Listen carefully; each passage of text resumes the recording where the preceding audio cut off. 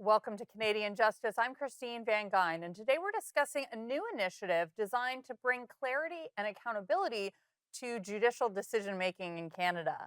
The Landmark Cases Council is a new project from the Macdonald Laurier Institute. This project will critically analyze key Supreme Court of Canada rulings by producing independent legal commentaries. These analyses will shed light on how judicial interpretation aligns or diverges from the principles of constitutionalism, the rule of law, and deference to the democratic will of Parliament. The goal of the project is to offer rigorous scholarship in an accessible format and foster public understanding of judicial reasoning, also to highlight the implications of landmark rulings and to encourage a deeper conversation about the proper role of the courts within Canada's constitutional framework. Now, I'm a part of this project, and I'm joined today by its leaders, Professor Mark Mancini and the Macdonald Laurier Institute's Peter Copeland. Thank you both so much for joining me today. Peter, I'll start with you. I gave a description of what the Landmark Cases Council is all about. Maybe you can expand on that, add a little bit to it, and tell us why you think this project's important.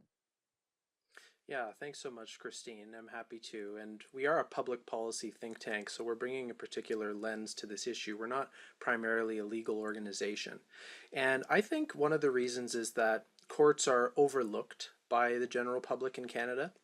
And it's partly a good thing in that we have well-functioning courts that operate under the rule of law, broadly fair and transparent for rendering decisions that are good and well justified for many cases.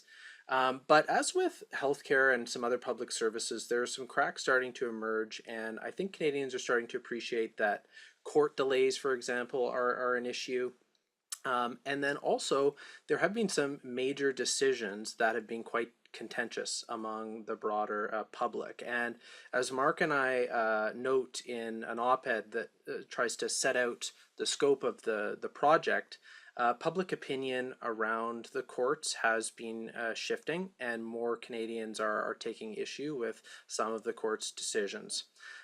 So I think those are some of the reasons why we want to tackle it. We also want to start fostering a greater conversation in the general public.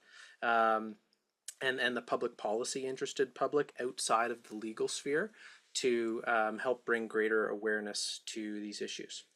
So, Mark, maybe you can expand on that a little bit.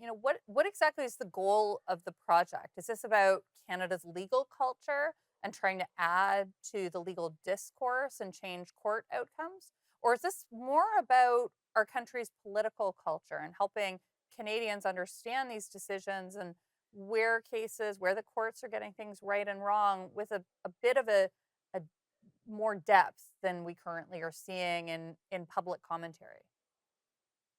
Yeah, I think, Christina, thanks again for having us. I think the big point of the project is really to educate Canadians, to educate those that are interested in public policy issues about the significance of these landmark cases that we just don't often talk about in Canada. Now, part of that does have to come from the legal cultures. Part of that is just our legal culture has often accepted an orthodoxy about the way judges do things. Like Peter said, this can be a good thing. But in many cases, what it means is many Canadians just aren't aware of what the power the courts have in Canada and the importance of them getting it right, of them deciding cases in a predictable and consistent fashion. And so this project, I think, is really designed to educate Canadians about why those things are important, why it's important that courts decide things in a predictable way, and where some of these decisions that Peter was mentioning might come from to begin with. And that's why we tackle landmark cases, cases that Canadians might not be aware of, but that in the background are doing a lot in our country in terms of policy and in terms of the role that courts have and even in making policy in our country right now. Yeah, it's interesting because I think when you talk about the cases that Canadians might have in mind, a lot of people might think about a recent Ontario Court of Appeal decision, for example, that found a constitutional right to a bike lane, or perhaps the older decisions about supervised drug injection sites or the prostitution cases. Or people might think about a recent case where a court struck down mandatory minimums for child pornography offenses. But the reason we got to those cases is actually because of older cases. And I think that's what this project's about. We've got to go to break now, but we will be right back.